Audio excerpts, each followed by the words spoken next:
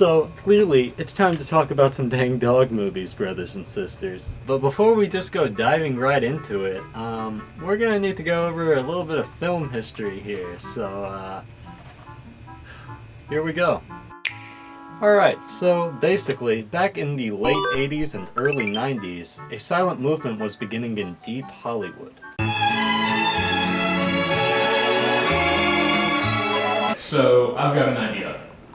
What if we went back and we made a prequel to the normal Star Wars movies?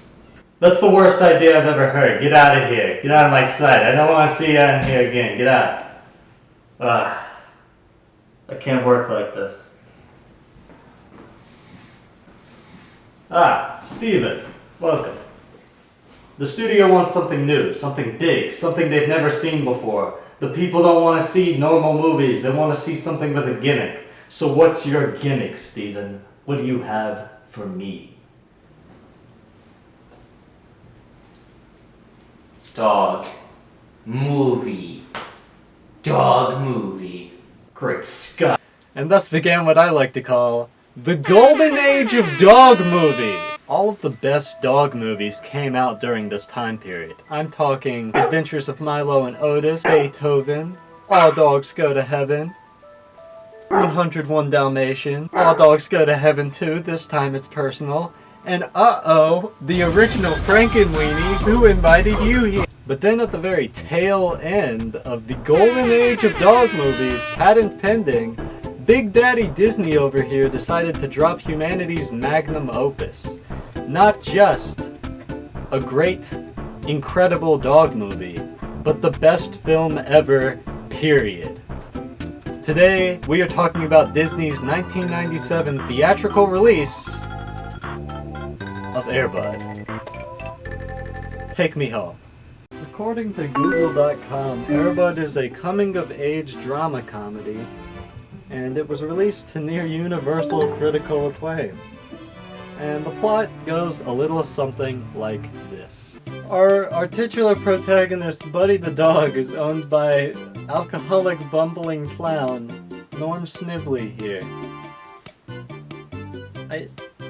I can't make this up. This movie is absurd. Norm and Buddy go around and make a living performing at children's birthday parties, and this is where the first scene of the movie picks up.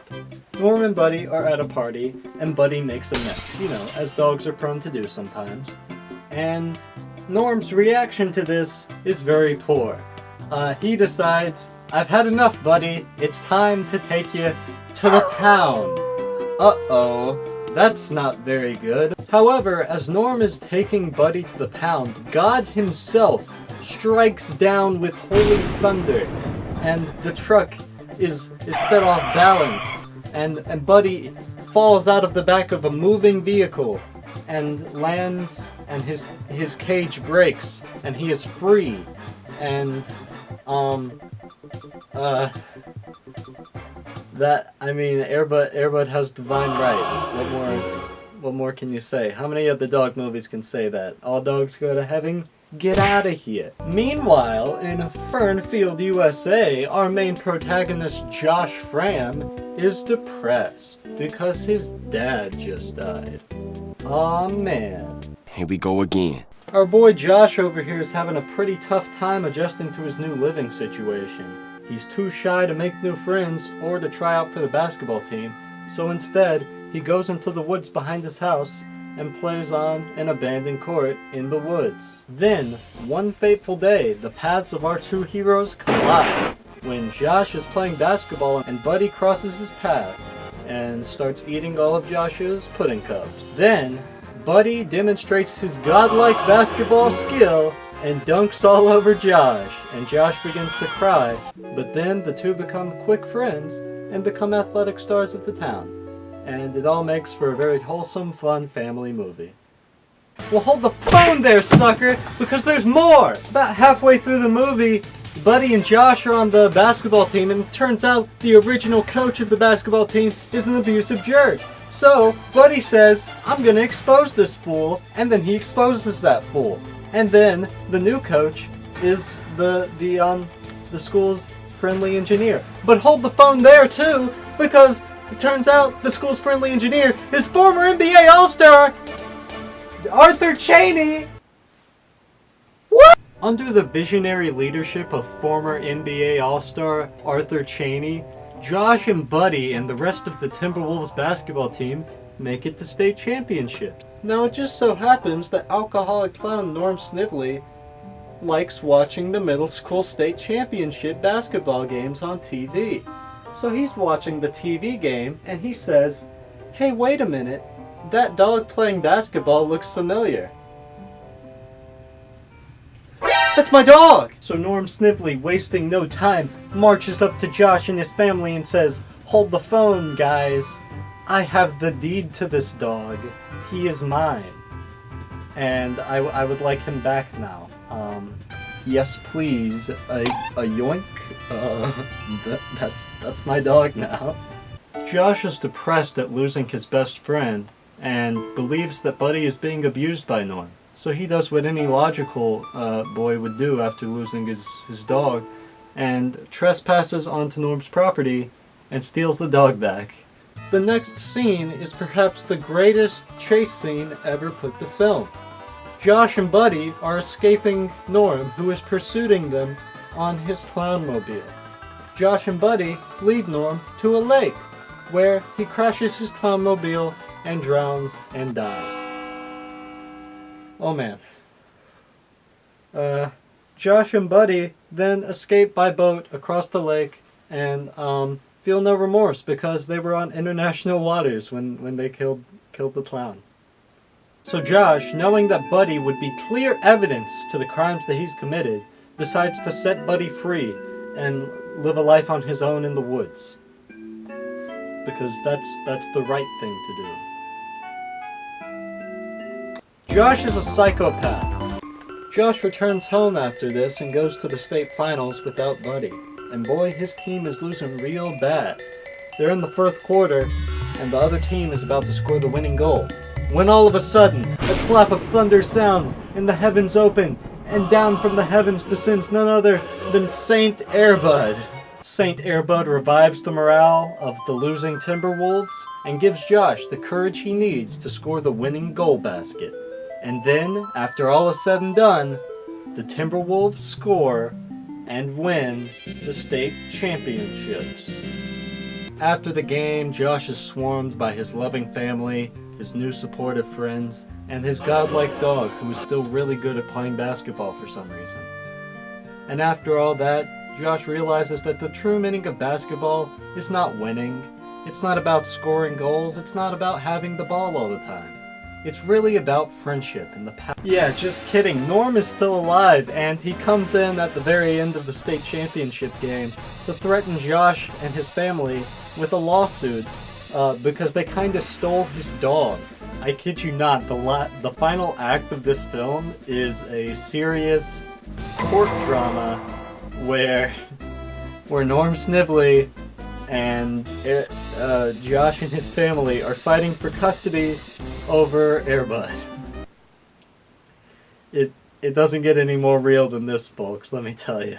Now what makes this scene one of the greatest in all of film history is its attention to detail when it comes to depicting the American judiciary system. This judge is about to throw out the case entirely, as alcoholic clowns technically don't have constitutional rights, but he decides to settle this landmark case with some groundbreaking legislation. The judge just decides to set Buddy in the middle of Josh and Norm, who are standing about 3 feet apart from him, and then makes Buddy decide who he wants to have custody.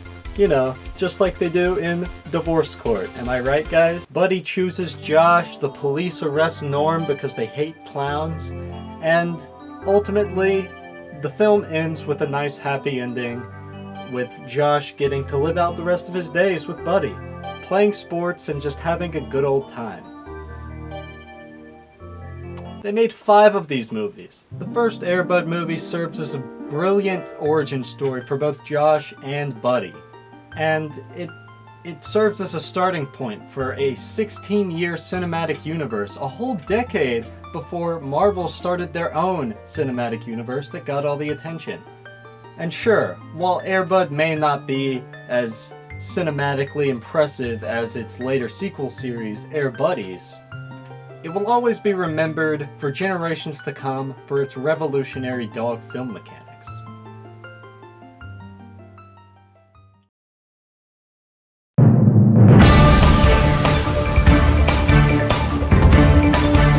Today, we are going around and asking the people what they think about Airbud from 1997.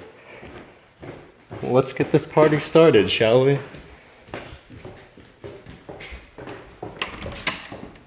I love Airbud.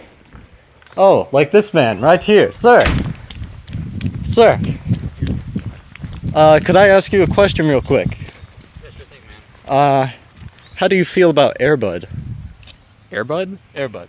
The 1997 classic film by Disney? I don't know, man.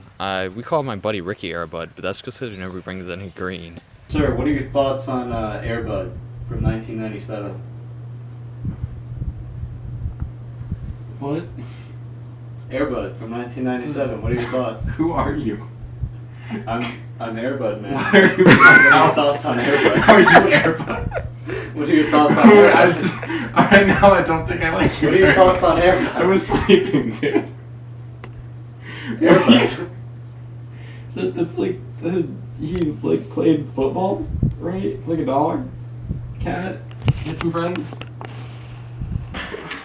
What are your thoughts on Airbud? 1997. Airbud? Airbud, right?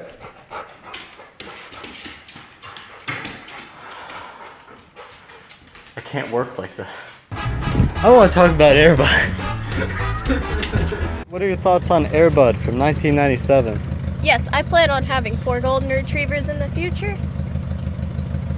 Okay, bye. Sir, what do you think about Airbud? Airbud. I'd rather butt chuck. It's Airbud time. What do you think about Airbud? Airbud? I don't even know her. What are your thoughts on Airbud from 1997? I'm skeevy one thing, my mom's calling me. Hey mom, what do you mean Uncle Steve made a move on you? I don't care what he says, you do it, you like it. Bye mom, love you. Okay, so Airbud, so great film, love the film. Dog is great, I love dogs, they're so delicious. I mean wonderful to watch. Yeah! Sir! Sir, can I... 1 second! Sir, can I interview you about Airbud?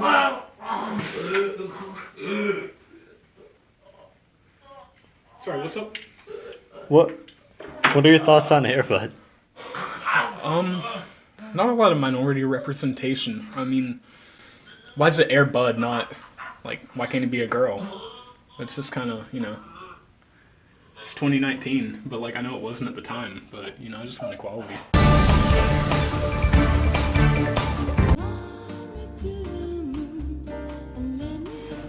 Not supporting us on Patreon is a disease, so I hope you get better real soon.